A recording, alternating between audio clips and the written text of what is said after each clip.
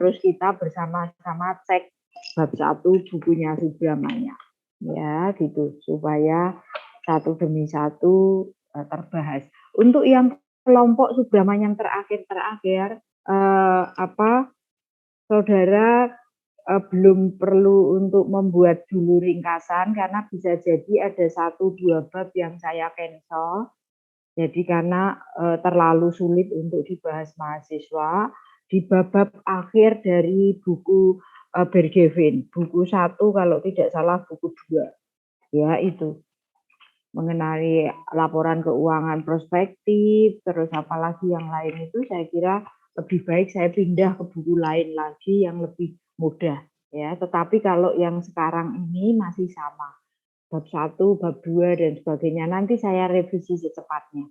Ya, kemarin soalnya Bu Ati tadi malam masih fokus untuk mahasiswa yang skripsi, nulis skripsi, jadi harus baca 4 mahasiswa. Kemudian hari ini ngirim lagi 1 ya, tapi saya minta untuk cepat mendaftar karena sudah lebih lama ya. Kalau yang mahasiswa tadi malam Bu Ati koreksi itu angkatan 18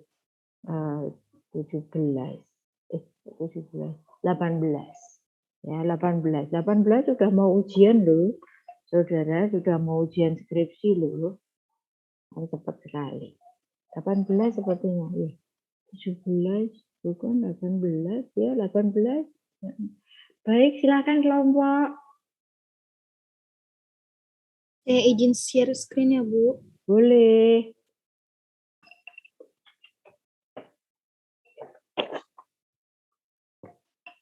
Saya catat dulu ya nanti kelompok ALKB.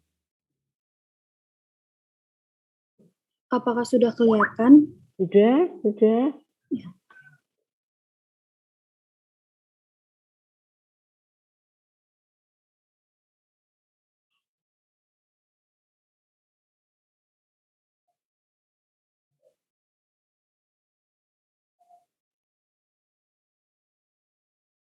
Baiklah. Selamat pagi Ibu Ati dan teman-teman sekalian. Ya. Pada kesempatan hari ini, kami dari kelompok 1 akan mempresentasikan hasil kerja kami. Adapun topik yang akan kami bahas adalah tinjauan analisis laporan keuangan. Sebelum diskusi dimulai, saya akan memperkenalkan anggota kelompok 1 yang akan menyampaikan materi.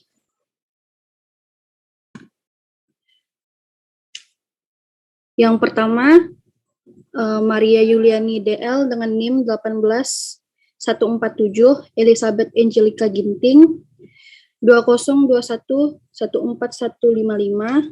Lulu Trianingsih 20160, dan saya sendiri Vanessa Magdalena 20191. Tinjauan analisis laporan keuangan. Analisis bisnis. Analisis laporan keuangan merupakan bagian dari analisis bisnis. Analisis laporan keuangan atau financial statement analysis merupakan aplikasi dari alat dan teknik analitis untuk laporan keuangan bertujuan umum dan data-data yang berkaitan untuk menghasilkan estimasi dan kesimpulan yang bermanfaat dalam analisis bisnis. Sedangkan analisis bisnis sendiri adalah analisis atas prospek dan risiko perusahaan untuk kepentingan pengambilan keputusan bisnis. Analisis bisnis berguna untuk membantu pengambilan keputusan dengan menstrukturkan tugas analisis atas lingkungan bisnis perusahaan, strateginya, serta posisi dan kinerja keuangannya. Jenis-jenis analisis bisnis. Analisis bisnis diterapkan dalam banyak bentuk dan merupakan suatu bagian penting dari keputusan analisis efek. Penasehat investasi, manajer reksadana atau fund manager, bankir investasi atau investment banker, pemeringkat kredit atau credit raters, bankir korporasi atau corporate bankers, dan investor individual. Jenis-jenis utama analisis bisnis adalah sebagai berikut. Yang pertama, analisis kredit. Kreditor atau creditors meminjamkan dana kepada sebuah perusahaan dan menerima janji pembayaran kembali atas dana mereka dengan bunganya. Pendanaan ini bersifat sementara. Kreditor meminjamkan dana dalam banyak bentuk dan untuk beragam tujuan. Jenis kreditor terbagi dua jenis, yaitu yang pertama kreditor dagang atau operating creditor, yang kedua kreditor non-dagang atau non-trade creditors atau debt holder. Analisis kredit merupakan evaluasi atas kelayakan perusahaan untuk mendapatkan kredit. Sebuah perusahaan dapat mendapatkan kredit jika ia lulus dalam kelayakan kredit yang diukur dari tingkat laba. Sedangkan kredit worthiness adalah kemampuan perusahaan untuk memenuhi kewajiban kreditnya. Fokus utama analisis kredit terletak pada risiko, bukan sisi baik potensi atau profitabilitas. Hal ini meliputi analisis likuiditas maupun solvabilitas.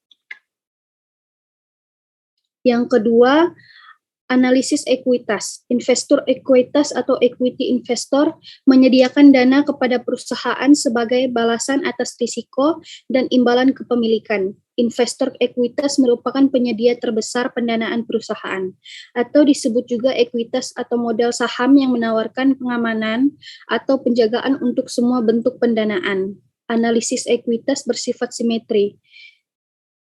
asimetri, di mana harus menilai dua sisi risiko dan potensi, karena investor ekuitas dipengaruhi oleh seluruh aspek kondisi dan kinerja keuangan perusahaan. Kebutuhan analisis mereka paling banyak dan komprehensif. Strategi investasi aktif dalam analisis ekuitas adalah sebagai berikut. Yang pertama, analisis teknis atau technical analysis atau carting. Yang kedua, analisis fundamental atau fundamental analysis. Untuk penjelasan lengkapnya dapat teman-teman lihat pada RMK yang telah dibagikan. Kegunaan lain dari analisis bisnis dan analisis laporan keuangan diperlukan dalam beberapa hal lain sebagai berikut. Yang pertama, manajer. Yang kedua, merger, akuisisi, dan divestasi. Yang ketiga, manajemen keuangan. Yang keempat, direktur, regulator, atau pembuat peraturan. Yang kelima, serikat kerja. Yang keenam adalah pelanggan. Untuk penjelasan lengkapnya dapat teman-teman lihat pada RMK. Komponen analisis bisnis. Evaluasi prospek bisnis merupakan tujuan utama dari analisis lingkungan dan strategi bisnis. Status keuangan perusahaan dimulai dari laporan keuangannya dengan menggunakan analisis keuangan. Selanjutnya, kuantitas analisis keuangan tergantung pada keandalan dan kandungan ekonomi dari laporan keuangan tersebut. Hal ini memerlukan analisis akuntansi atas laporan keuangan. Analisis laporan keuangan melibatkan seluruh proses komponen ini, yaitu analisis akuntansi, keuangan, dan prospektif. Berikut akan dibahas masing-masing proses komponen dalam konteks analisis bisnis. Selanjutnya akan dilanjutkan oleh teman saya, Lulu.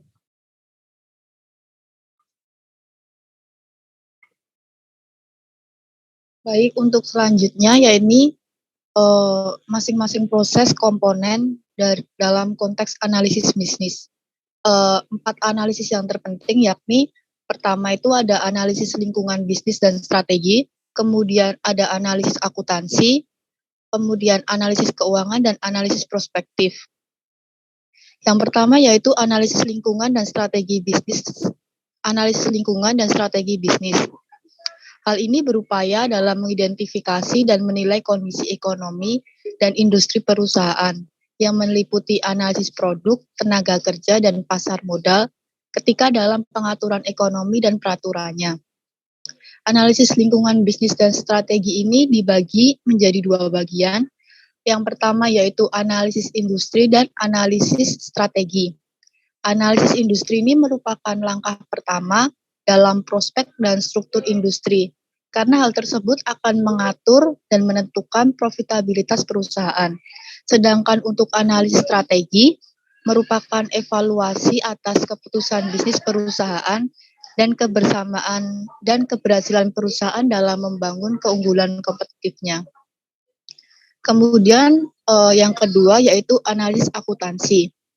Ini merupakan proses evaluasi di mana sejauh mana akuntansi perusahaan ini dapat mencerminkan realitas ekonomi.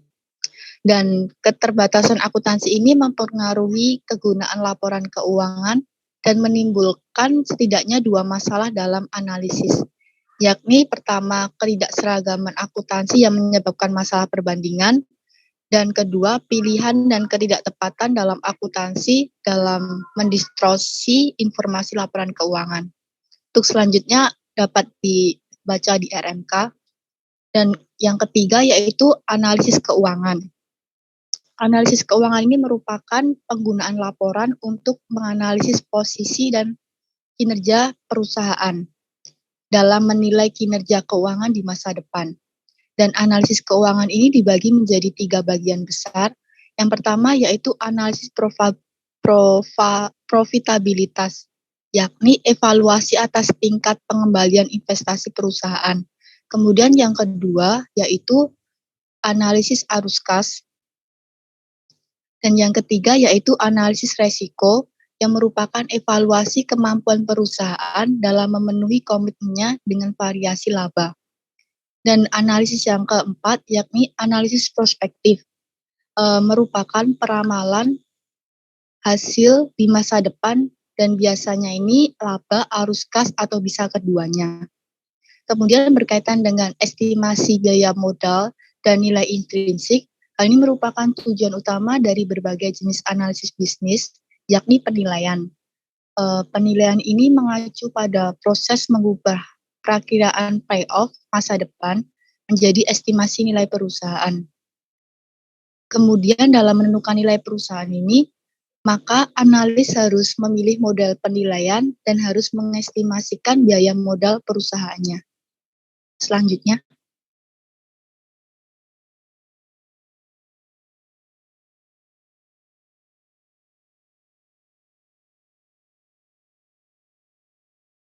slide selanjutnya, Pan.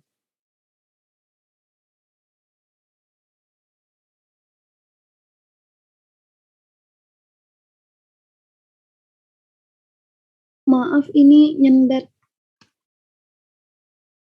Maaf Ibu, sebentar ya Ibu. Iya, Dan teman-teman. Iya, iya.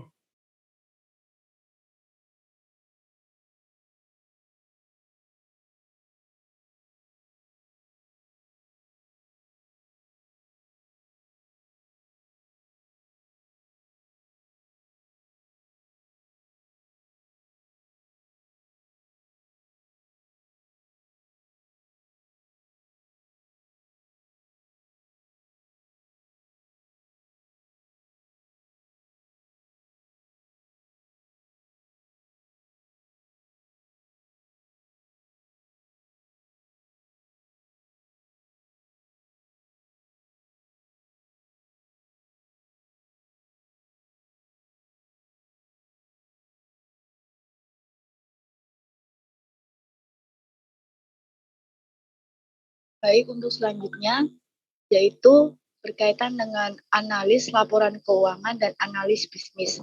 Yang pertama, pengertian dari analis laporan keuangan sendiri yaitu merupakan kumpulan proses analis yang merupakan bagian dari analisis bisnis.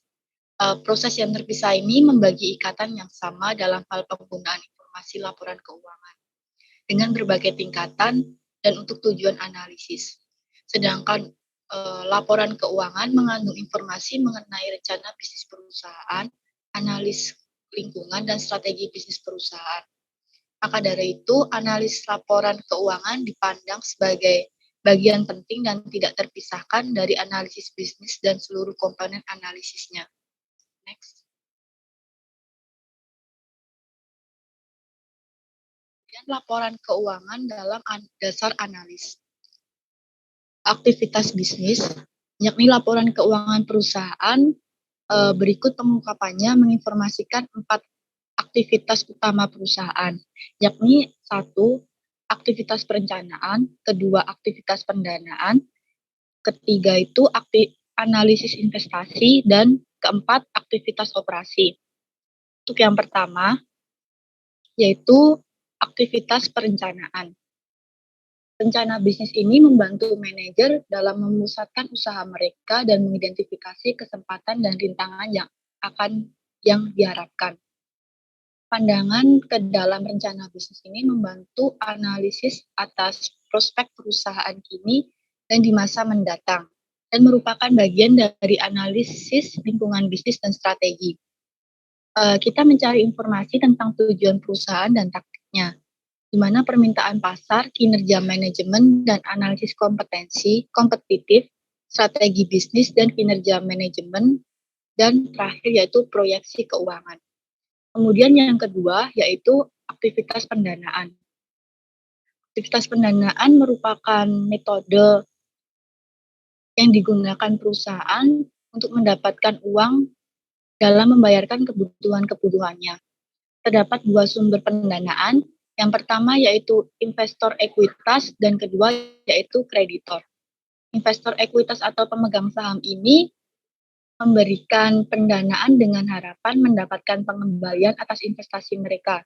Sehingga setelah mempertimbangkan pengembaliannya yang diharapkan dan resiko nanti yang akan dihadapi.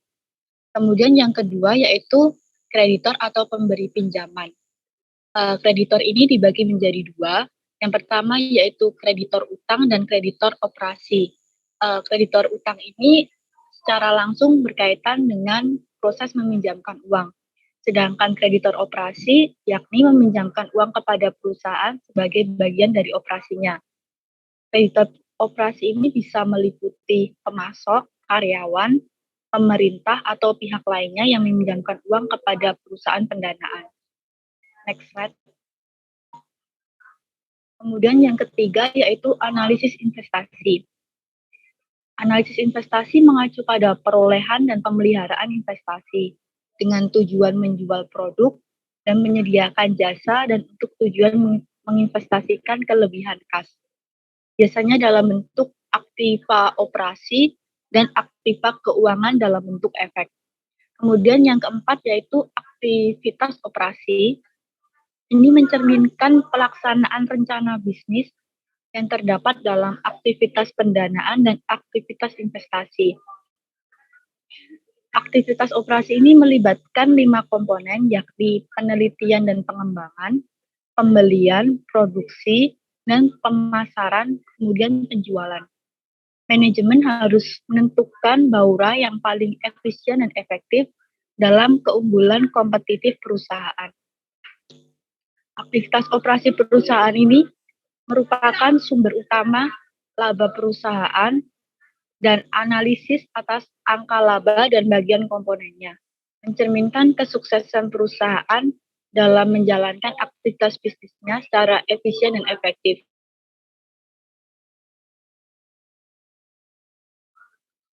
Untuk selanjutnya yaitu laporan keuangan dalam mencerminkan aktivitas bisnis.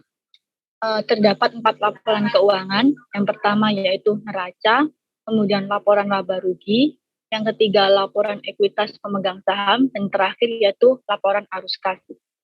Untuk neraca, persamaan akuntansinya yaitu aktiva sama dengan kewajiban plus ekuitas. Aktiva merupakan investasi yang diharapkan dalam menghasilkan laba di masa depan melalui aktivitas operasi perusahaan. Sedangkan kewajiban yakni pendanaan dari kreditor dan mewakili kewajiban perusahaan atau klaim kreditor atas aktiva. Dan untuk ekuitas sendiri yakni merupakan total dari pendapatan yang diinvestasikan atau dikontribusikan oleh pemilik atau akumulasi laba dan tidak dibagikan kepada pemilik sejak perusahaan didirikan.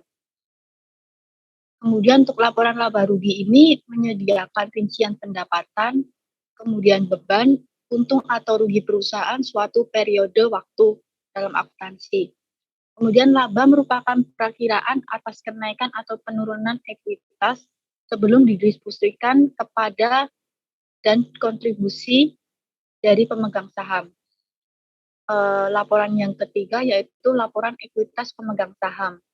Laporan ini bermanfaat untuk mengidentifikasi alasan perubahan klaim pemegang ekuitas atas aset perusahaan, di mana perubahan ekuitas pemegang saham disebabkan karena penerbitan saham, atau sebagian besar disebabkan karena opsi saham pegawai dan pembelian kembali saham dan investasi laba. Dan yang terakhir yaitu laporan arus kas. Laporan arus kas ini melaporkan arus kas masuk dan keluar bagi aktivitas operasi, kemudian investasi dan pendanaan perusahaan secara terpisah selama suatu periode tertentu. Laporan arus kas ini mengandung dua macam aliran atau arus kas, yakni ada kas inflow dan kas outflow. Perbedaan keduanya ini terletak pada jika kas inflow itu kegiatan transaksi yang melahirkan keuntungan kas atau penerimaan kas. Sedangkan kas outflow ini kegiatan transaksi yang mengakibatkan beban pengeluaran kas. Untuk selanjutnya akan dijelaskan oleh teman saya, Angel.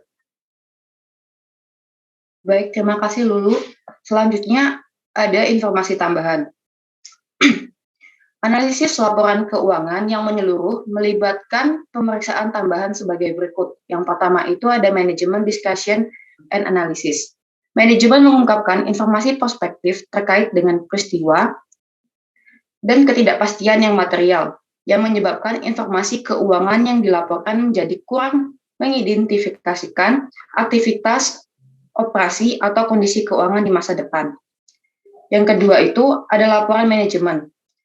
Laporan manajemen bertujuan untuk menekankan tanggung jawab manajemen senior atas sistem pengendalian keuangan dan sistem pengendalian internal perusahaan, pembagi peran manajemen direktur, dan auditor dalam penyiapan laporan keuangan. Yang ketiga itu ada laporan auditor. Auditor eksternal adalah akuntan publik bersertifikasi independen dan yang diminta oleh perusahaan untuk memberikan opini tentang kesesuaian laporan keuangan perusahaan dengan prinsip akuntansi yang berlaku umum. Analisis laporan keuangan memerlukan penelaahan atas laporan auditor untuk meyakinkan bahwa perusahaan mendapatkan opini wajar tanpa pengendalian. Yang keempat itu ada catatan penjelas.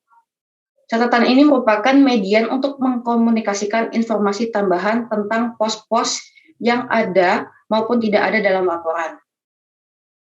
Catatan tambahan ini meliputi informasi seperti prinsip dan metode akuntansi yang digunakan. Selainnya dapat dibaca di dalam RMK yang telah dibagikan. Lalu yang kelima itu ada informasi tambahan.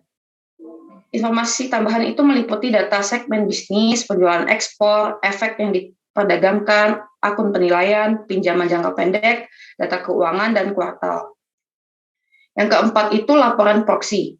Proksi merupakan media di mana pemegang saham mengotorisasi pihak lain untuk mewakilinya pada rapat pemegang saham. Selanjutnya, masuk ke topik ketiga, yaitu pertinjauan analisis laporan keuangan. Dalam menganalisis laporan keuangan, dibutuhkan alat yang membantu pengguna untuk mempermudah pekerjaannya dalam memenuhi kebutuhan yang spesifik.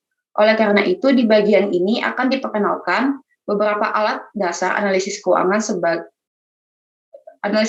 berikut penerapannya. Yang pertama itu penerapan pada analisis laporan keuangan komparatif. Analisis ini dilakukan dengan cara menelaah neraca, laporan laba rugi, atau laporan arus kas yang berurutan dari satu periode ke periode berikutnya. Analisis ini meliputi penelaahan perubahan saldo tiap-tiap akun dari tahun ke tahun atau selama beberapa tahun.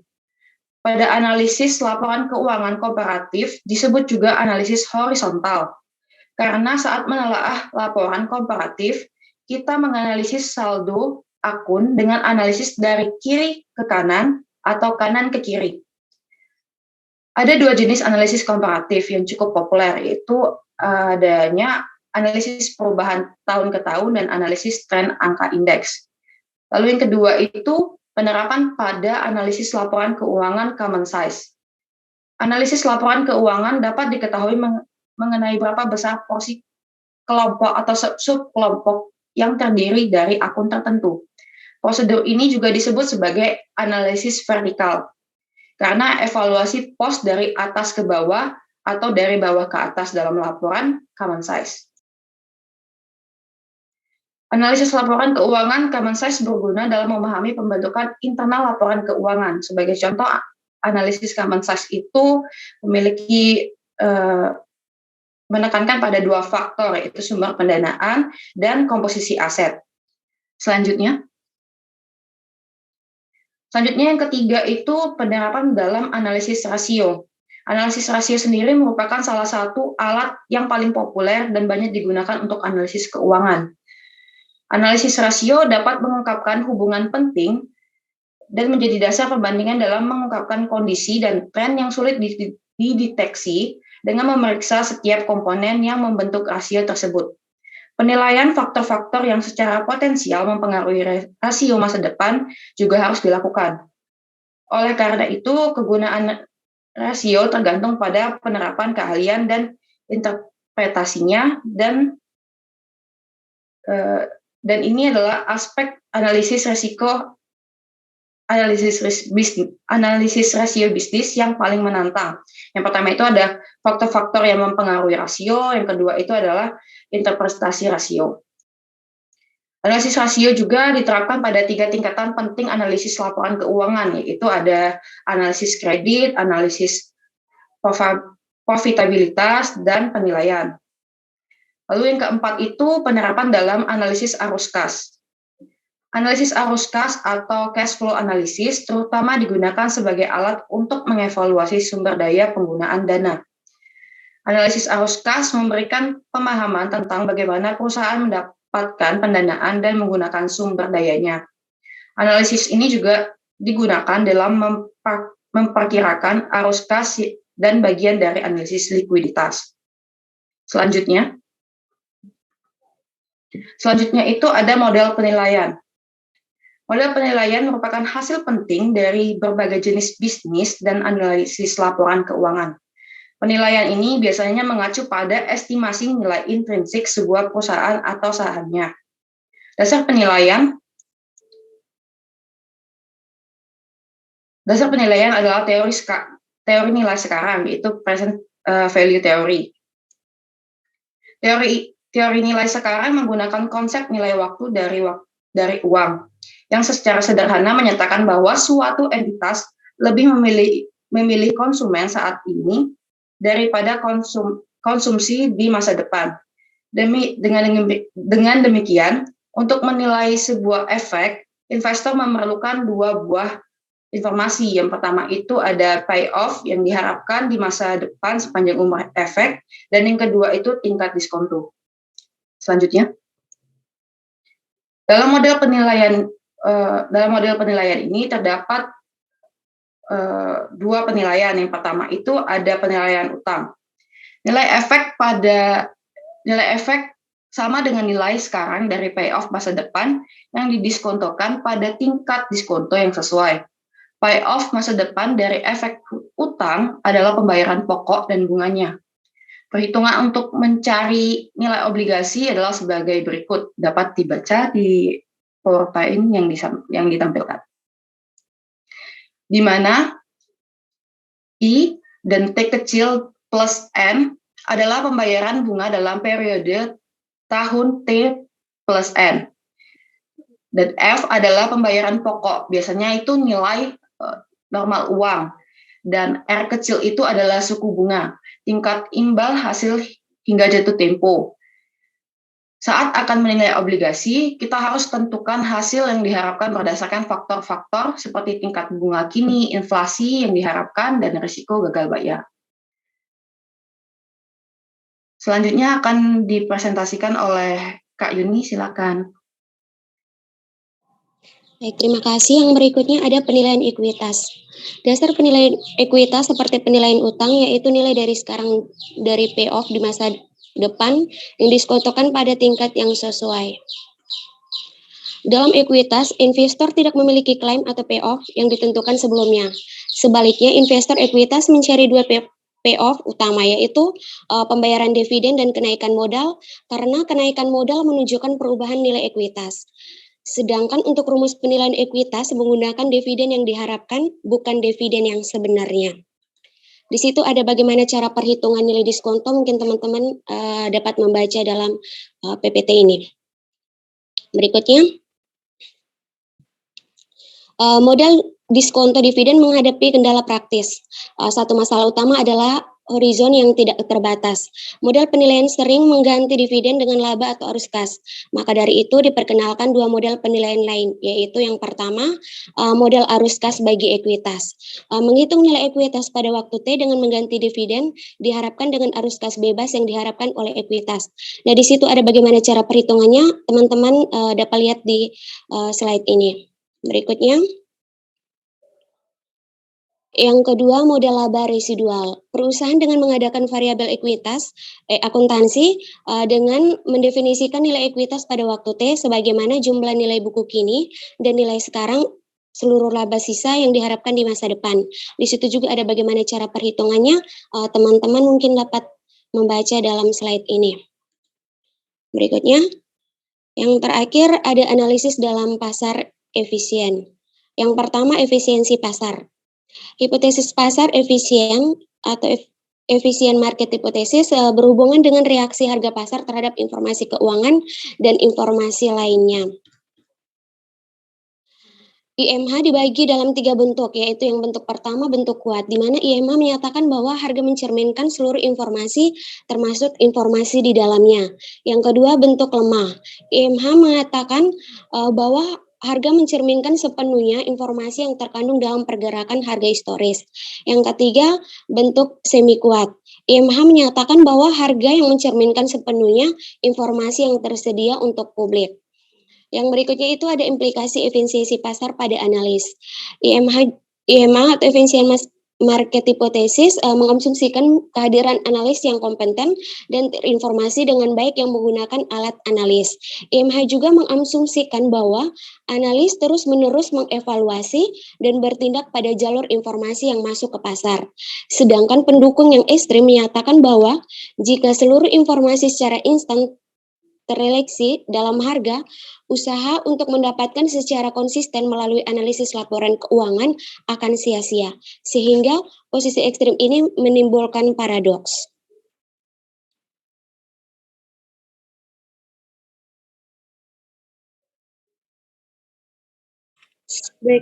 Baiklah teman-teman, kita telah mendengarkan pemaparan materi dari kelompok kami, yaitu kelompok 1. Mohon maaf jika masih ada kesalahan kata, dan kami akan membuka sesi tanya jawab yang dimana teman-teman bisa memberi maksimal 10 pertanyaan. Teman-teman dapat menuliskan pertanyaan di kolom chat. Terima kasih. Terima kasih kelompok chatnya, chat di sini, di Zoom kuliah, begitu? Iya, Ibu. Oke. Ya, bisa di-save ya? Atau enggak bisa di chat di WhatsApp grup Ibu. Ya. Lebih aman di mana? Di chat bisa bisa di-save. Berarti malah belum tahu.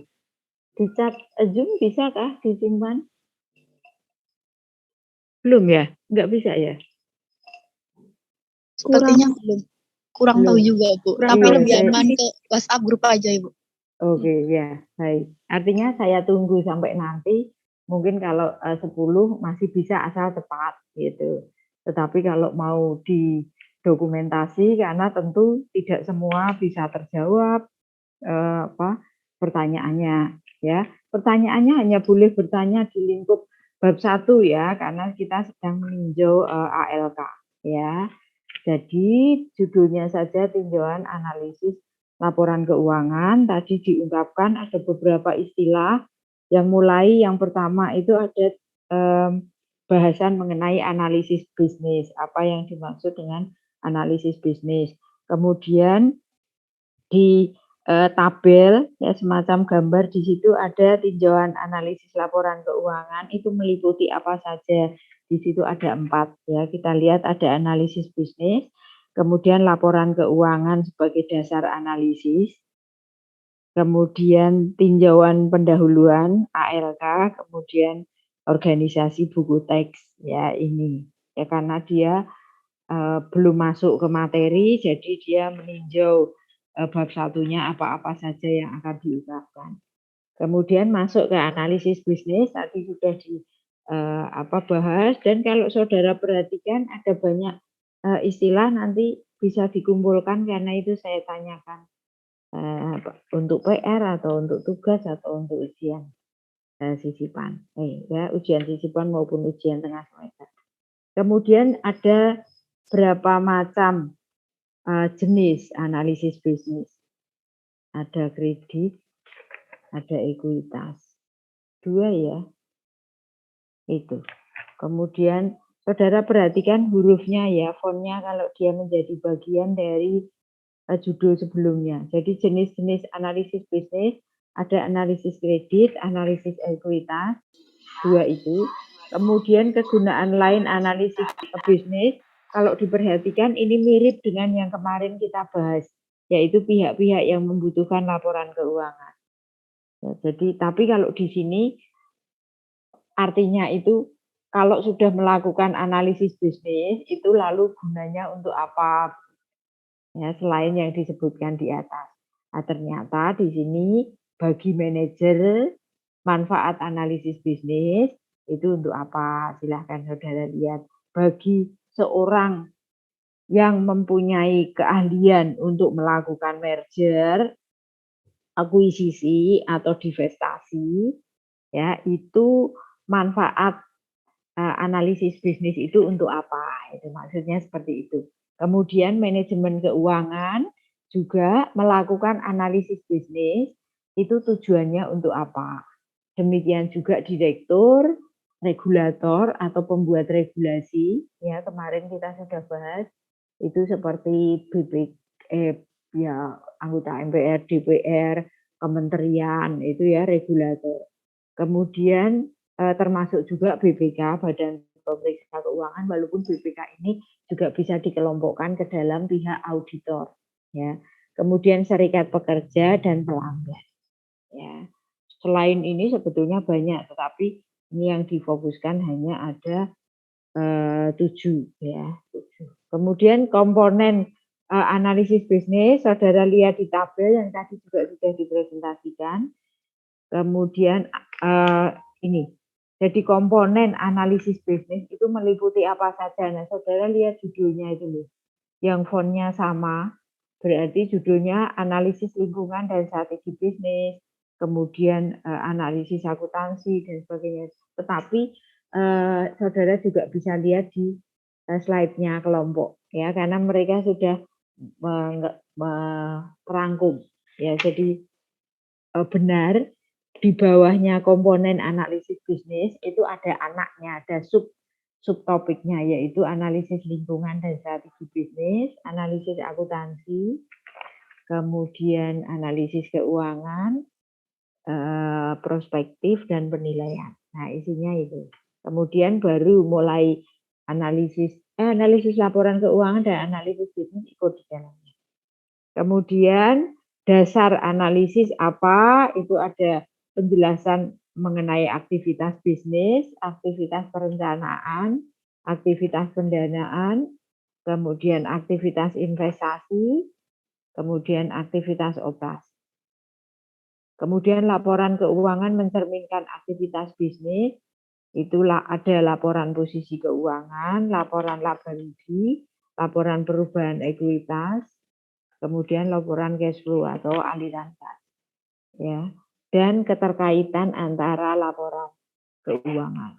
Ya, kemudian baru alat analisis yang dipakai, saudara bisa melakukan analisis laporan keuangan dengan komparatif. Ya, metodenya komparatif atau common size. Komparatif itu artinya apa? Kalau dikatakan analisis laporan komparatif. Analisis laporan keuangan komparatif. Komparatif. Sudah ada pertanyaan ya? HLK, oh ada 1, 2, 3, 4, 5, 6, 7, 8, 9, 10 sudah. Ada 11 Ibu. 11. Oke, ya sudah. Oke, ya. Nah, ya, saudara lihat ya, ada analisis komparatif. Coba saudara perhatikan pengertiannya. Ya, komparatif itu maksudnya apa? Common size itu bentuknya seperti apa? Ada yang tahu laporan keuangan common size itu laporan keuangan yang dinyatakan dalam apa? Terus rasio, tentu tahu ya, rasio itu rasio likuiditas, solvabilitas, dan rasio-rasio yang lain itu namanya menggunakan analisis rasio. Jadi kita melihat rasionya ya. Kemudian analisis cash flow berarti dipakai untuk laporan aliran kas, kemudian baru penilaian. Ini merupakan bagian dari alat analisis. Nah, sekarang kalau ada istilah analisis laporan keuangan common size, itu apa? Artinya apa? Common size. Common size itu laporan keuangan yang dinyatakan dalam bentuk prosentase. Jadi laporan common size ini disukai oleh manajemen. Mengapa? Karena lebih mudah dipahami.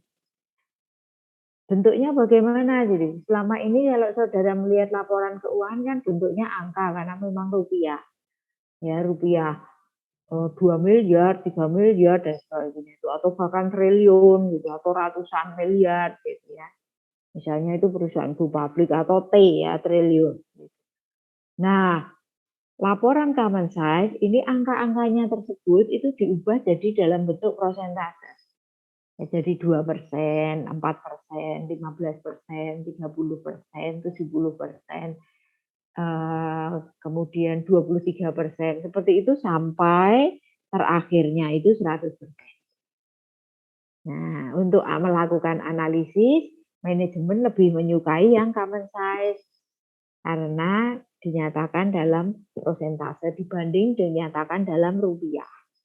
Ya, nah kalau mereka ingin melihat 23% ini angkanya berapa toh? Nah, mereka tinggal lihat laporan yang pakai angka.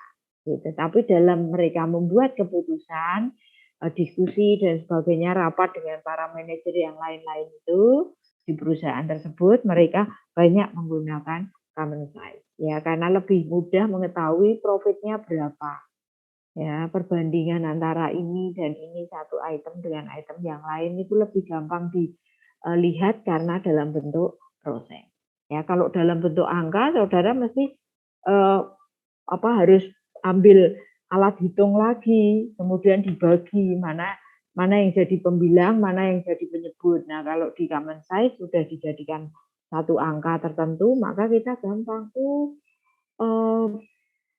biaya produksinya berarti berapa puluh persen dibandingkan dengan tahun sebelumnya, dan 2 tahun sebelumnya lebih gampang naiknya, itu naik atau turun kelihatan dibanding kalau itu angka. Ya, baik kelompok nanti sambil jalan ya Bu Ati sebetulnya ingin menjelaskan ini tuh isinya apa-apa gitu. Tapi kalau sudah ada pertanyaan ya tidak apa-apa ya. Asal pertanyaannya bisa dijawab kelompok dan Bu Ati. Kalau pertanyaannya tidak bisa dijawab, nanti dilewati. Ya. Kelompok mau nunggu?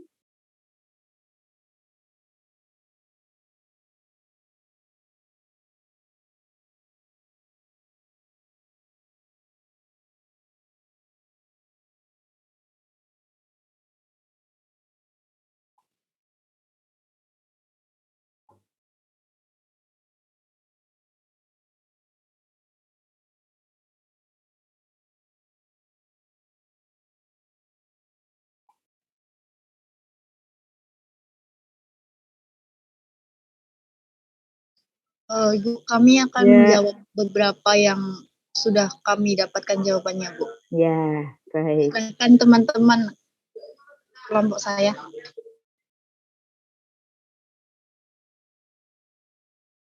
Bu, saya mau mencoba menjawab pertanyaan dari Michael Widya.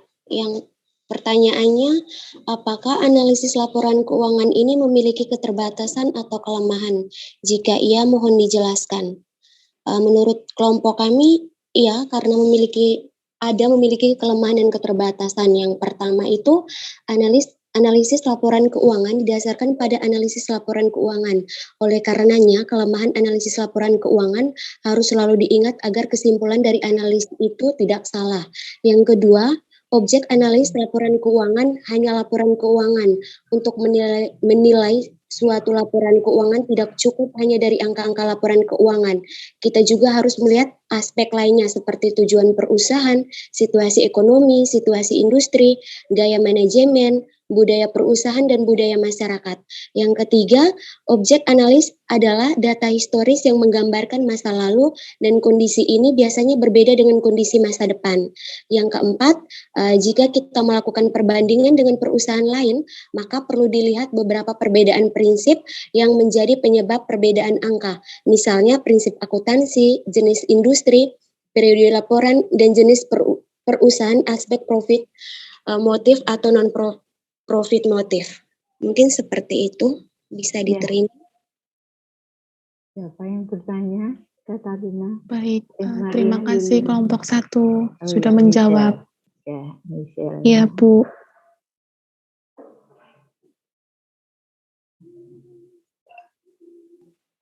Saya mencoba menjawab lagi pertanyaan dari Avelina L. pertama. Yang bunyi pertanyaannya seperti apa risiko jika terjadi solvabilitas perusahaan yang terlalu tinggi? Jika perusahaan yang memiliki rasio solvabilitas tinggi, maka akan memiliki risiko kerugiannya lebih tinggi. Setiap perusahaan memerlukan dana yang cukup untuk memulai sampai tahap pengembangan bisnis. Mungkin jawabannya seperti itu, bisa diterima. Oke, terima kasih kelompok 1. Bentar, Avelina nomornya 0 berapa ya? 19032, Bu. Ya, Avelina 032. Maria, nanti jawabannya tetap ketik terus dituliskan sumbernya ya. Mungkin Bu Atik mau nambahin dari kelompok lagi jawabannya. Ya, baik, Bu. Khususnya yang nomor 2. Nomor 1 betul karena ada di buku itu keterbatasan laporan keuangan. Ya, dipilih yang mudah-mudah dulu. Ya, dari 10. Nah, lagi berikutnya. Saya izin menjawab, Ibu. Ya, silakan. Saya izin menjawab pertanyaan dari Antonio Carlos 20035. Pertanyaannya adalah bagaimana membentuk laporan common size dan kenapa harus membuat laporan common size? Analisis common size disusun dengan cara menghitung tiap-tiap rekening dalam laporan laba rugi dan neraca menjadi proporsi dari total penjualan atau untuk laporan laba rugi atau dari total aktiva untuk neraca. Dan kenapa harus membuat laporan common size itu untuk memudahkan pembacaan data-data keuangan untuk beberapa periode atau untuk mencari tren-tren tertentu. Terima kasih. Apakah bisa diterima? Ya, baik. Nanti ditambahi lagi ya fungsi common size ya. Saya kira di Google bisa jadi ada kelompoknya Lulu dan teman-temannya, Angel. Ya, itu.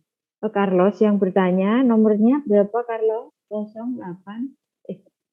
035. Oke, baik. Sudah 3. Wah.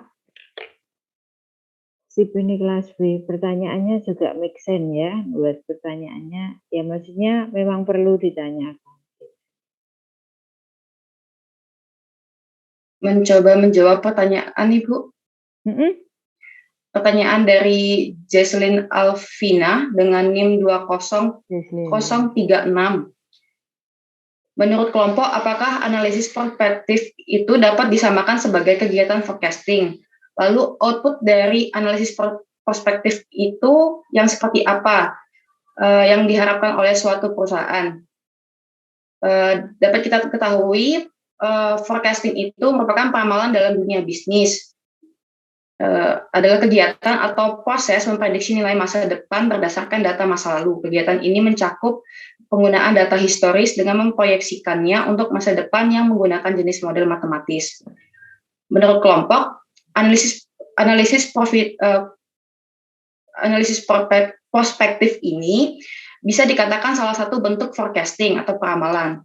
Dalam hal analisis prospektif ini berfokus pada analisis yang dilakukan perusahaan dalam mengestimasikan investasi ekuitas pada masa ke depan dengan memperhitungkan dalam bentuk rasio periode sebelumnya. Bentuk lainnya itu juga bagian lain dari analisis tersebut adalah evaluasi kinerja operasi. Jadi output yang difokuskan oleh perusahaan, yang diharapkan perusahaan ini untuk para investor, untuk nilai perusahaan dan sahamnya. Mungkin menjawab pertanyaan. Terima kasih. Ya, Jesslyn, bagaimana?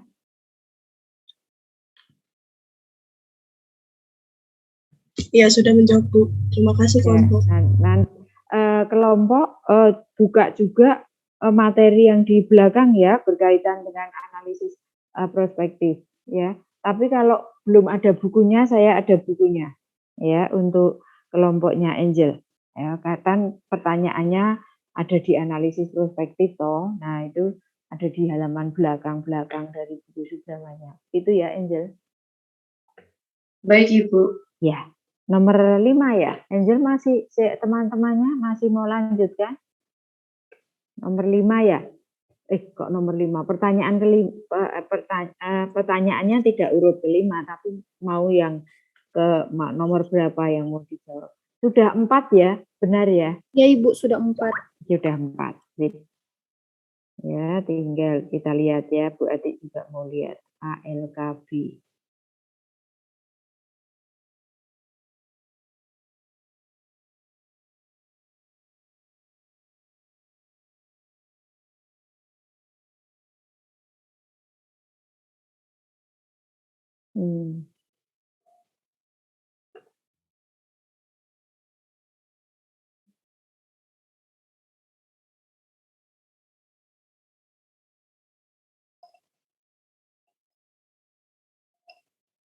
Yang lain boleh bantu, tidak harus kelompok, misalnya mencari lalu ketemu boleh, ya.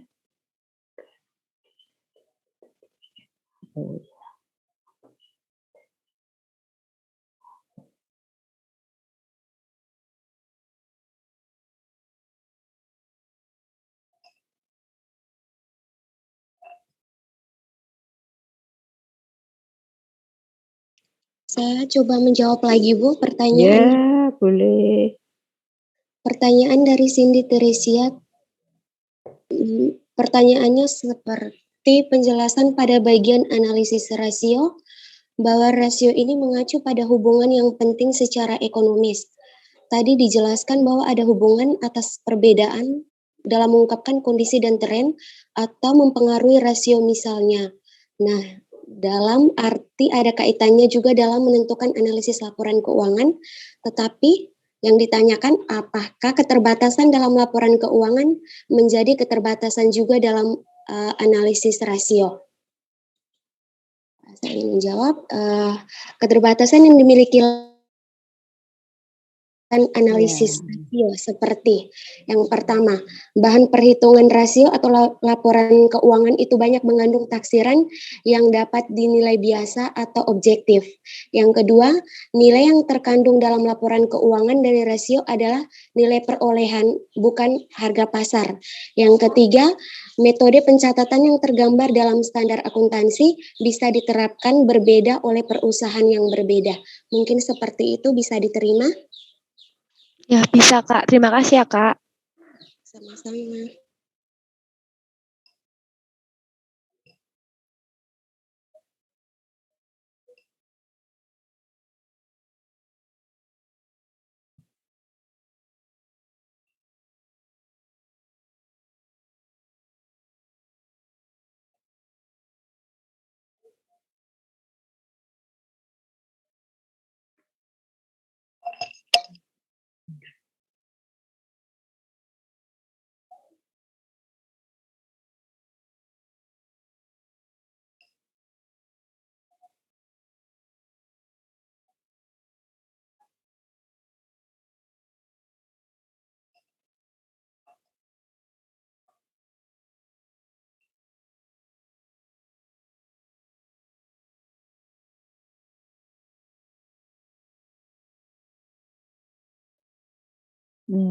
Ya, ada ya di buku ya, kreditor dagang dan kreditor non dagang dibahas ya di buku Subramanya. Pertanyaannya dari Crescentia. Crescentia baca dari buku ya?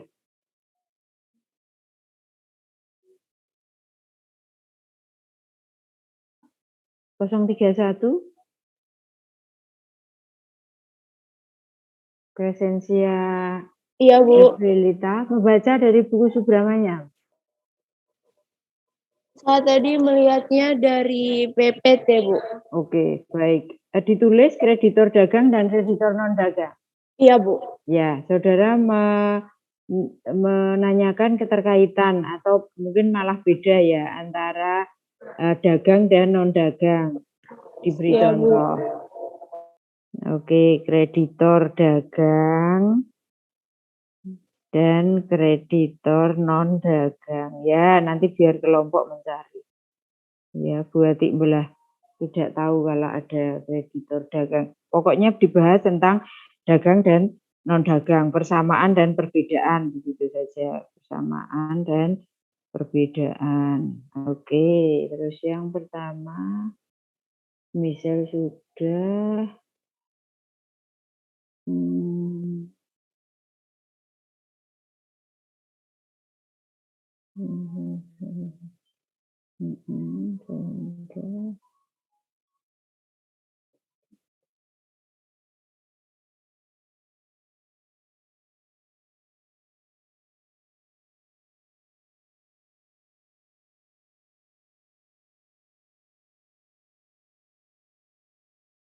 Oke, ya. Jadi lingkungan dan strategi bisnis.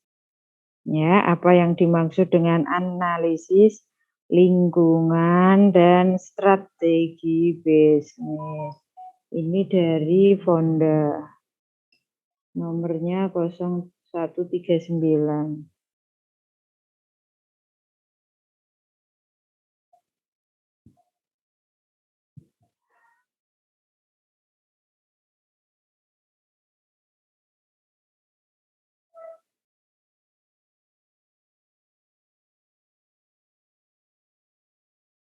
Oh iya ya, benar 11 kok ya. Memang 11 kok, bukan 10 kok ya. Oh, Monica Dewi pertanyaannya.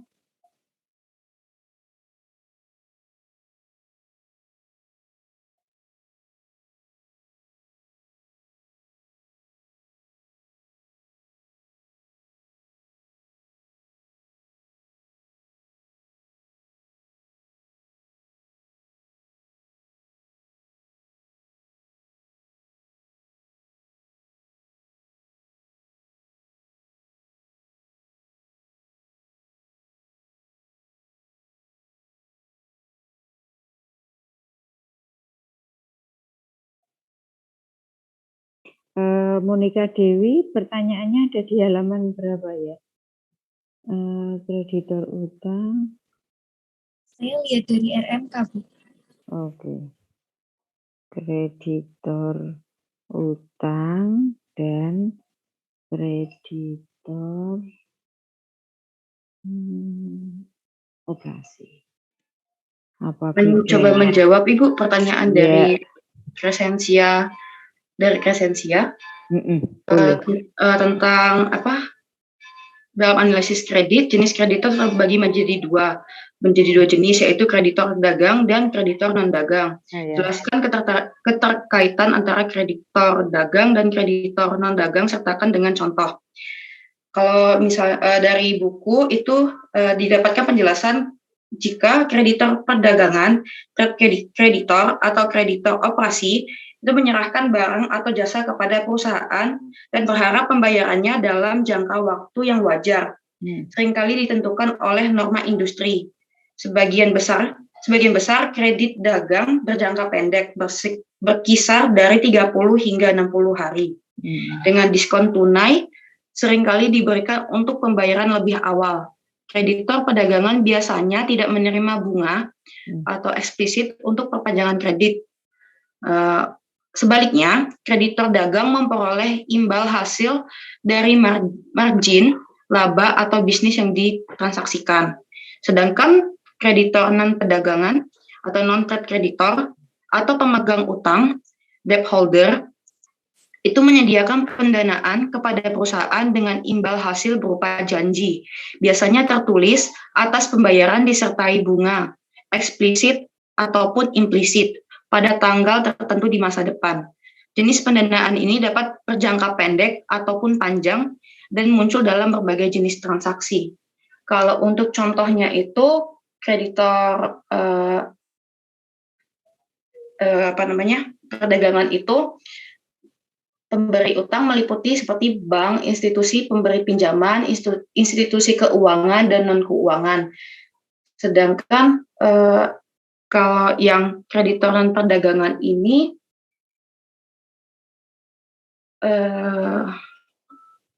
seperti mohon maaf jika salah, seperti investasi dari investor seperti itu Ibu, dari perusahaan lain.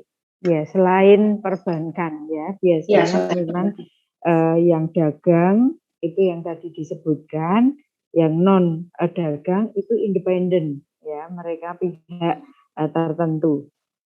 Jawabannya sudah benar.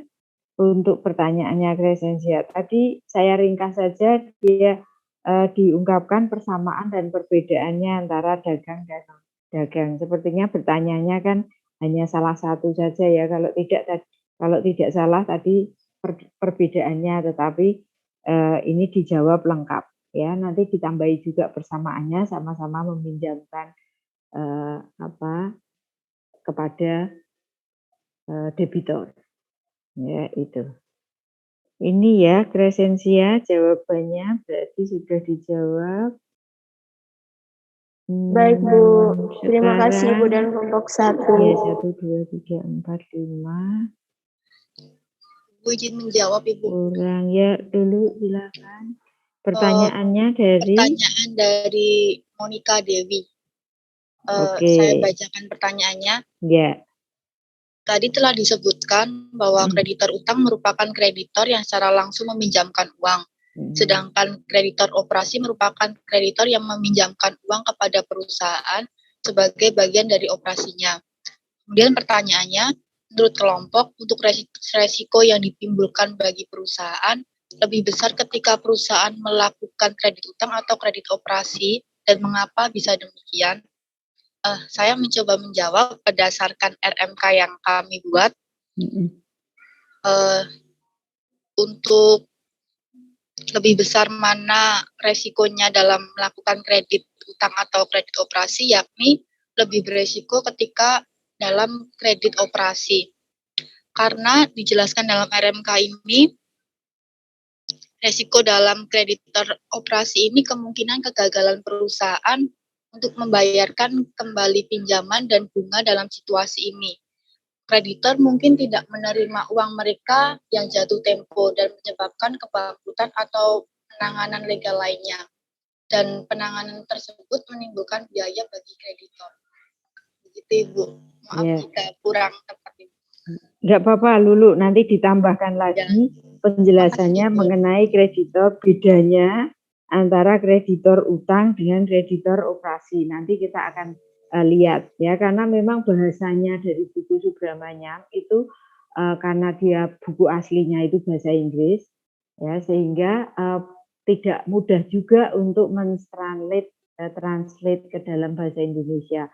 Walaupun ini sudah jauh lebih baik, artinya susunan kata-katanya itu juga lebih mendekati bahasa Indonesia yang baik dan benar begitu, tetapi masih membutuhkan pemahaman yang dalam ya, artinya tidak serta-merta membaca lalu jelas ya, karena memang ini bukan buku Indonesia asli. Lain kalau itu buku memang dari penulis ALK, nah itu mahasiswa tentu lebih mudah karena ini terjemahan, tetapi terjemahannya masih mending ya, masih mending baik ya.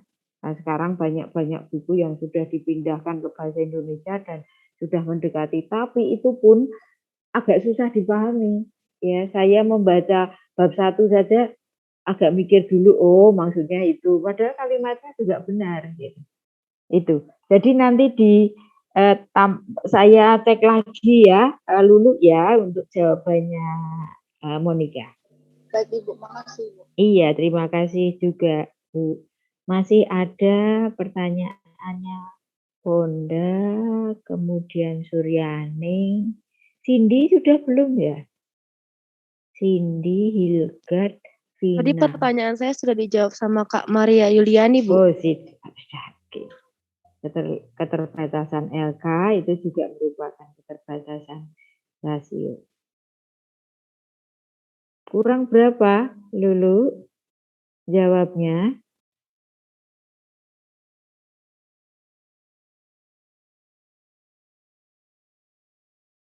EMH. Baru 7 pertanyaan Ibu yang sudah dijawab. Oh iya. 4 lagi, Bu.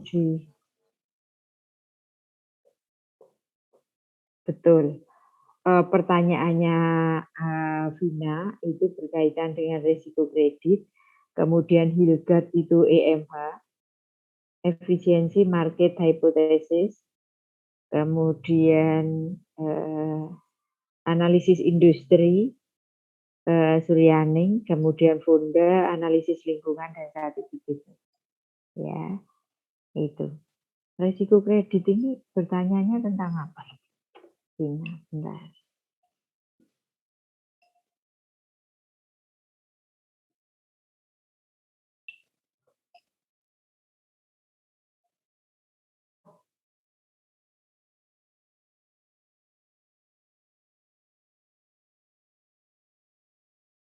Oh, resiko.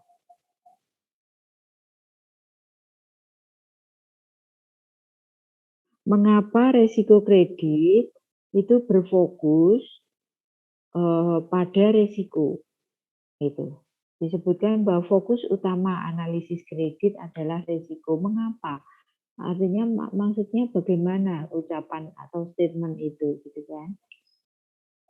Apa resiko apa saja menjadi fokus analisis? Oh ya, resiko apa saja menjadi fokus analisis? Oh ya, analisis resiko. Jadi resiko apa saja? Ya, oke. Yang lain boleh membantu kelompok, ya.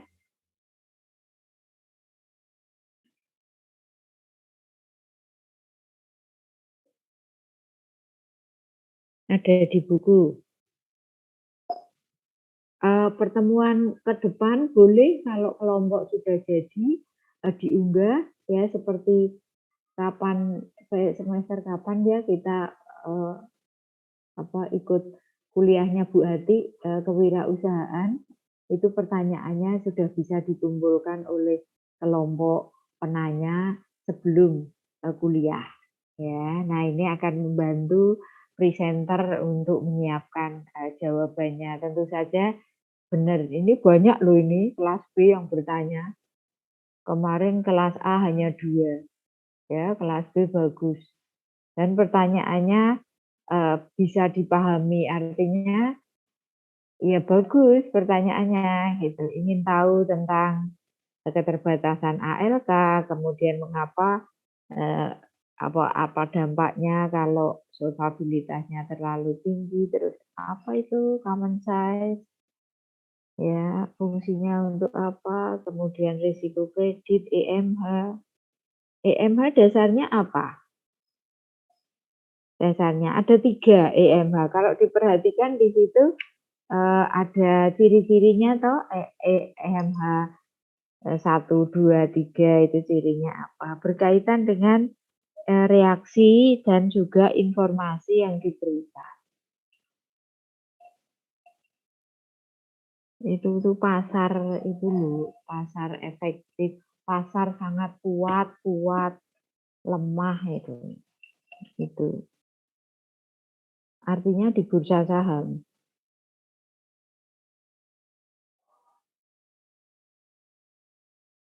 Analisis lingkungan dan strategi bisnis. Coba dibuka di analisis lingkungan dan strategi bisnis. Kelompok bisa menyaring dari sana. Maksudnya analisis lingkungan itu, kemarin kan kita sudah belajar itu toh, laporan keuangan komprehensif toh. Laporan keuangan yang tidak hanya memperhatikan laporan keuangan, tetapi juga faktor di luar laporan keuangan. Ya, di luar perusahaan, apa yang terjadi di luar perusahaan. Nah, itu kan masuk ke dalam analisis lingkungan. Ya, nah itu di lingkungan itu bisa lingkungan perusahaan dalam artian lingkungan fisik perusahaan, tapi bisa lingkungannya itu lebih luas lagi industri, bisa lebih luas lagi negara, bisa lebih luas lagi dunia. Gitu. Itu namanya analisis paling di mana ya analisis lingkungan dan strategi bisnis. Nah ini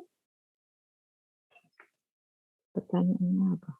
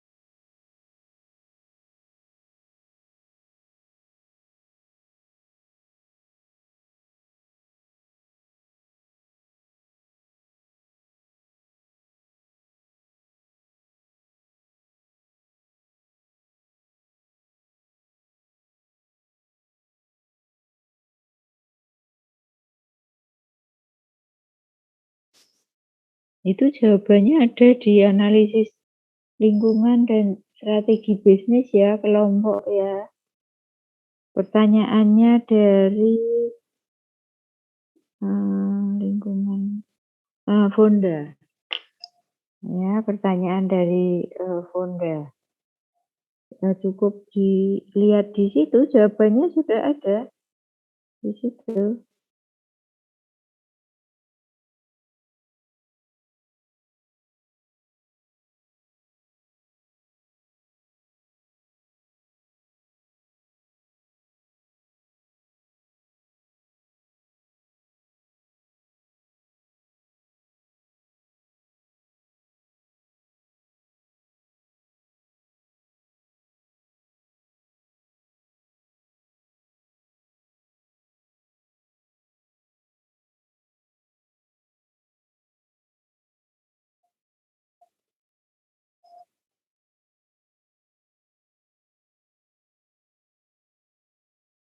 Ya, lingkungan itu dianggap sebagai industri karena kan di luar perusahaan toh. Sedangkan satu perusahaan itu pasti dia punya industrinya, punya teman-temannya begitu. Nah, di Indonesia ini misalnya industri sepatu, industri produksi sepatu begitu. Ya, maka itu merupakan satu persekutuan bergabung, ada organisasinya seperti itu. Ya, ada yang ya analisisnya harus melihat juga teman-temannya yang satu industri gitu. Itu maksudnya begitu ya. Kelompok nanti menjelaskan. Sedangkan strategi ini apa? Nah, itu ada definisinya. Ini yang ditanyakan, mengapa kedua analisis tersebut merupakan analisis yang paling penting. Dan contohnya apa? Apa contohnya dari analisis industri dan apa contohnya analisis strategi bisnis. Itu dari Fonda. Silahkan kelompok mau coba jawab lagi atau temannya boleh loh. Temannya boleh memberi bantuan kepada kelompok untuk menjawab.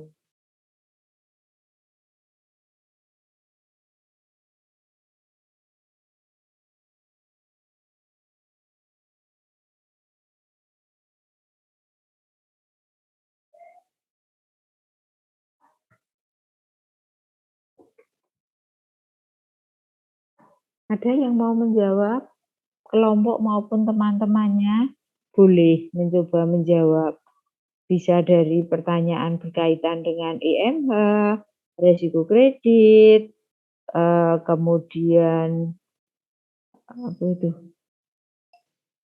analisis industri, ya, kemudian juga analisis lingkungan dan strategi bisnis.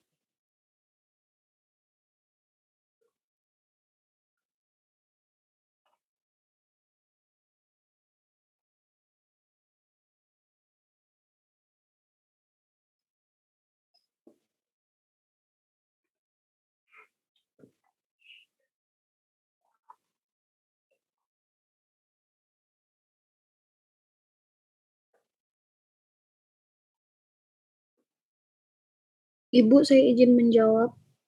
Iya, silakan. Vanessa masih di kelompok ya? Oke. Iya, Ibu. Saya akan menjawab pertanyaan dari Hilgard. Pertanyaannya adalah dalam RMK dijelaskan ada 3 bentuk EMH. Apa alasan dasar atas pengkategorian tersebut? Konsep hipotesis pasar efisien atau efficient market hypothesis diformulasikan pertama kali oleh Paul Samuelson dan Eugene Fama pada tahun 1960-an. EMH merupakan teori yang fenomenal yang mengundang banyak peneliti maupun investor melakukan penelitian secara empirik tentang kebenaran teori ini sejak dikemukakan oleh Fama di tahun 1970. Konsep utama EMH adalah bahwa harga-harga yang terbentuk di pasar yang efisien telah mencerminkan seluruh informasi yang relevan yang tersedia, atau stock price reflect all available information. Penting dalam menilai efisiensi pasar adalah seberapa cepat suatu informasi baru diserap oleh pasar yang tercermin dalam penyesuaian menuju harga keseimbangan yang baru. Dalam kenyataannya, sulit sekali ditemui baik itu pasar yang benar-benar efisien ataupun yang benar-benar tidak efisien. Pada umumnya, pasar akan efisien namun pada tingkat tertentu saja, sehingga Fama pada tahun 1970 merumuskan bentuk pasar efisien terbagi atas 3 bentuk antara lain pasar efisien dalam bentuk lemah, pasar efisien dalam bentuk semi kuat, dan pasar efisien dalam bentuk kuat. Apakah sudah menjawab? Maaf jika kurang, Ibu. Ya, baik. Betul ya, sama ya. Jadi, Bu, ya. mohon maaf Bu, sebelumnya saya tadi yang bertanya Bu. Saya punya ini Bu, pertanyaan lanjutan karena saya kurang paham Bu.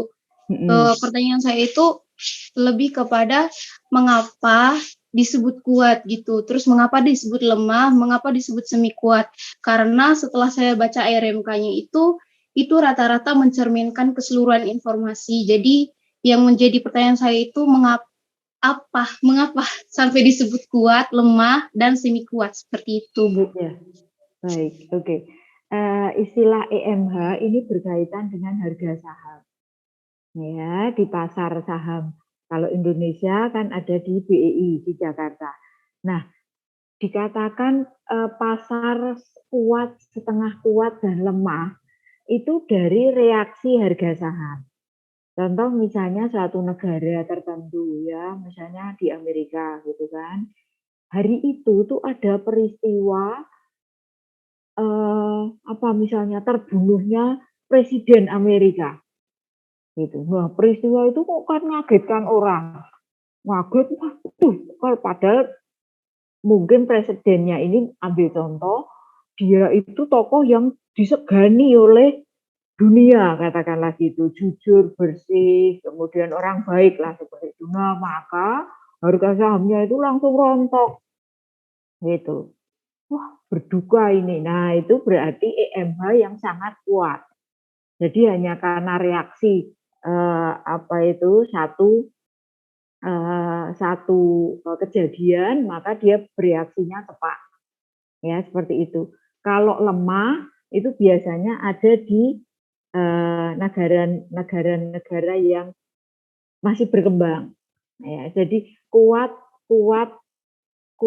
setengah kuat, lemah, ini berkaitan dengan reaksi harga sahamnya itu. Bahasanya memang agak susah dipahami mahasiswa ya. Itu Hilda, gimana ya saya menjelaskan? Ada di buku Pak Yogi, tapi penjelasannya yang dari Vanessa tadi betul seperti itu, berkaitan dengan EMH. Kemudian Hilda ingin menanyakan kuat lemahnya itu di mana toh? tadi kalau tidak salah di bukunya Subramanyam ada ya, itu di halaman berapa? Siapa tahu Bu Ati malah kebalik antara lemah dan kuat. Bentar, saya apa itu, saya lihatnya. Ada di halaman berapa ya kelompok buku apa itu, buku Subramanyam yang EMH? Bu, mungkin saya bisa bantu menjawab pertanyaannya. Iya, silakan. Pasar efisien dalam bentuk lemah itu dikatakan bahwa pasar dikatakan efisien dalam bentuk lemah apabila harga sekuritas yang terbentuk mencerminkan informasi data historikal pada masa lalu. Dengan perkataan lain, investor tidak mampu memperoleh abnormal return dengan menggunakan informasi historikal yang tersedia. Yang kedua, pasar efisien dalam bentuk semi kuat. Pasar dikatakan efisien dalam bentuk semi kuat apabila harga sekuritas yang terbentuk mencerminkan seluruh informasi historikal pada masa lalu dan informasi publik yang relevan, sehingga investor tidak mampu memperoleh abnormal return dengan menggunakan informasi yang dibangun berdasarkan informasi yang tersedia di publik. Nah, yang ketiga, pasar efisien dalam bentuk kuat. Kondisi pasar efisien dalam bentuk kuat merupakan kondisi pasar yang paling ideal, di mana investor dan seluruh pelaku pasar tidak akan mampu memperoleh abnormal return berdasarkan ketersediaan informasi historikal, informasi publik, dan informasi privat. Pada bentuk inilah, Fama mendeskripsikan konsep IHMH dengan mengatakan bahwa harga sekuritas yang terbentuk merefleksikan seluruh informasi relevan yang tersedia. Mungkin seperti itu bisa menjawab. Ya, baik. Diulang, yang kuat itu bagaimana? Kuat itu ideal. Kemudian kuat itu tidak ada abnormal return. Betul ya, Maria? Kuat itu tidak ada abnormal return. Akan mampu memperoleh abnormal, ya Bu. Tidak mampu, investor tidak mampu memperoleh abnormal return. Iya. Betul ya. Nah, betul ya, Maria ya. Betul Bu. Ya, artinya begini. Jadi mau ada peristiwa apa, ya, mau ada peristiwa besar, peristiwa apa, harga sahamnya tetap manteng segitu gitu. Tidak tergoyah, tidak gampang. Misalnya kita, ada COVID, semua panik semua. Nah, itu masuk ke pasar saham yang lemah, EMH-nya lemah, gitu.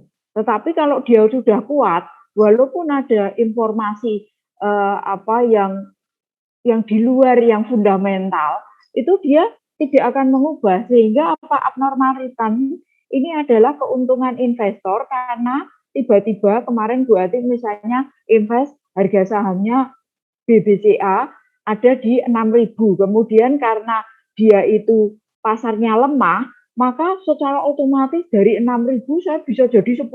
Nah, ini 6 ke 10 inilah yang disebut abnormal return. Jadi returnnya abnormal. Returnnya abnormal itu kan berarti orang abnormal itu tidak normal gitu. Oh, dia abnormal gitu. Nah, itu berarti harus di rumah sakit jiwa karena membahayakan gitu.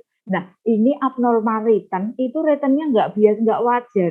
Jadi tiba-tiba yang saya baru saja mendengar lebih cepat beritanya itu, kemudian uang saya dari bank langsung tiba-tiba berapa jam sebelumnya saya belikan saham atau reksadana, langsung uang Bu Ati hanya hitungan 2 jam, itu langsung uangnya bisa untung ratusan juta. Karena ada abnormal return. Nah, itu berarti terjadi di EMH yang lemah. Itu Hilgard. Tapi kalau EMH-nya itu kuat, maka investor kecil sekali kemungkinan memperoleh abnormal return. Kondisi ini ideal karena apa? Ya menenteramkan semua, tidak ada yang rugi karena di saat investor ada yang beberapa investor memperoleh abnormal return, investor yang lain lawannya itu akan menderita kerugian. Jadi karena ini seperti timbangan gitu. Ini semua di harga saham ya, Hilgard. Oh, berarti ini bergantung pada harga saham sama itu ya Bu, abnormal return-nya. Ya, ini memang EMH berbicara tentang saham. Jadi saham, reksadana di pasar modal. Jadi bagaimana pasar modal itu merespon informasi.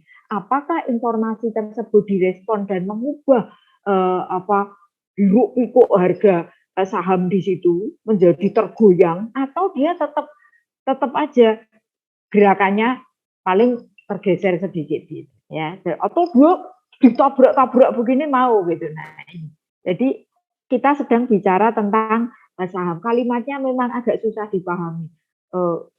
Jadi wajar kalau kuatnya apanya yang setengah kuat, apanya yang lemah. Efek atau respon dari pasar. Nah, pasar itu siapa? Pasar itu ya pasar modal, pasar saham, pasar reksadana, pasar surat-surat berharga, itu maksudnya Hilda. Bisa dipahami ya? Bisa Bu, terima kasih ya Bu, Ya. terima kasih kelompok. Jadi betul yang diucapkan Maria, hanya karena itu bahasa teori sehingga ini apa tuh setengah kuat dan ini respon pasar ya. Ini bisa dijadikan teori. Muncul tadi itu Fama dan sebelum Fama itu. Ya, teorinya Fama, begitu Fama itu berarti EMH. Tahunnya tadi Vanessa sudah sebutkan, itu tahun lama sekali karena memang Amerika kan sudah bursa sahamnya kan sudah berapa puluh tahun yang lalu, ratus tahun yang lalu sudah punya BEI, sudah pada investasi di perusahaan, sudah jadi investor gitu.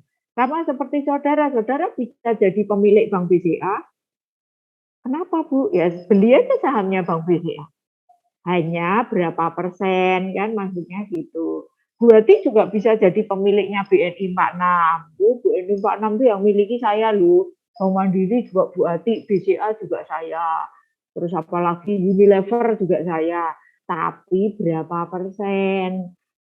Berapa persen Bu? Ya 0,00001 ya, gitu ya bisa gitu. Karena dari berapa ribu atau berapa juta atau berapa ratus juta saham saya hanya punya berapa lembar gitu. Tapi kan saya sudah bisa ngeklaim saya punya, hanya ya tidak menjadi penentu kebijakan gitu. Nah ini Hilgard, jadi EMH itu berkaitan dengan itu, apakah peristiwa di luar itu mempengaruhi harga saham bursa saham Indonesia, bursa saham Singapura, bursa saham Malaysia atau tidak. Jadi seluruh dunia punya teori EMH ini. Dia masuk ke lemah, semi kuat atau kuat. Itu. Ada gambaran ya, Hilgard ya, dan teman-teman. Iya Bu. Ya, terima kasih Bu. Sip. Next. Waktunya habis ya. Oh iya, sudah 1:30, kurang 9. Baik, kurang 3 ya kelompok. Iya Ibu, kurang 3. Ya, tunda aja ya, gitu. Ditunda, dicarikan jawaban bareng sama Bu Ati. Ya, nanti kelompok ini teman-teman masih membutuhkan jawaban kelompok untuk diketik atau yang diketik hanya 3 saja. Bu Ati ngikut kelas B. Masih butuh semua Bu. Diketik semua? Oke. Semua setuju? Setuju Bu. Oh ya, berarti besok saudara juga kalau kebagian presentasi juga ngetik semua ya. Betul toh? Iya Bu. Ya, oke, baik. Sip. Sekarang tanggal 25. Tadi sudah presentasi, Bu Ati tinggal panggil nama. Maria Yuliani presentasi, ada Kariensa? Nggak ada po. Ragil Nusa? Nggak ada. Avelina? Iya Bu, Ragil Bu. Ada. Hadir Bu, Avelina? Oh iya, Maria. Avelina ada? Ada Ibu. Ya, Gregorius bagus? Bagus Hadir, ada enggak? Ya. Kristianto? Hadir Bu. Ya, Kristiadi? Ada, Bu. Ya. Yovinus? Ada, Bu. Ya. Rizky? Ada, Bu. Ya. Monika Dewi? Hadir, Bu. Ya. Helena? Hadir, Bu. Ya. Lucia? Hadir, Bu. Ya. Vina? Hadir, Bu. Ya. Natalia Dewi? Hadir, Bu. Ya, baik. Oke, terus Gabriela Tasya? Hadir, Bu. Ya. Brian Anantes? Hadir, Bu. Ya. Cindy Teresia? Hadir, Bu. Ya. Agustina Permata? Hadir, Bu. Ya. Marcelina Elisa? Hadir, Bu. Ya. Gusmi? Hadir, Bu. Ya. Francisca Putri? Hadir, Bu. Ya. Marcelinus Bara? Hadir, Bu. Ya. Rahma? Hadir, Ibu. Ya. Resensia? Resensia ada enggak ya, Bung tadi? Resensia hadir, Bu, tapi jaringannya Ya. ini nggak bagus. Oh, gitu. Jadi pergi. Tak kelempar ya? Iya, Bu. Oke, Antonio Carlos. Carlos ada. Jesslyn ada. Matilda. Valentina Stella. Hadir, Bu. Ya, Michelle ada. Erna Melinda. Hadir, Bu. Ya, Hilgard ada. Deborah. Deborah ada enggak? Ya, Teresia Ratri. Hadir, Ibu. Ya, Aurelia. Hadir, Bu Matilda Ya. hadir, Bu. Oke, bentar. Suryaning Perwita ada. Melisa Juliana. Hadir, Bu. Ya, Fonda ada. Angel ada. Lulu ada. Vanessa ada. Oke. Matilda ya, betul. Terus masuk semua, hebat ini ALK kelas B.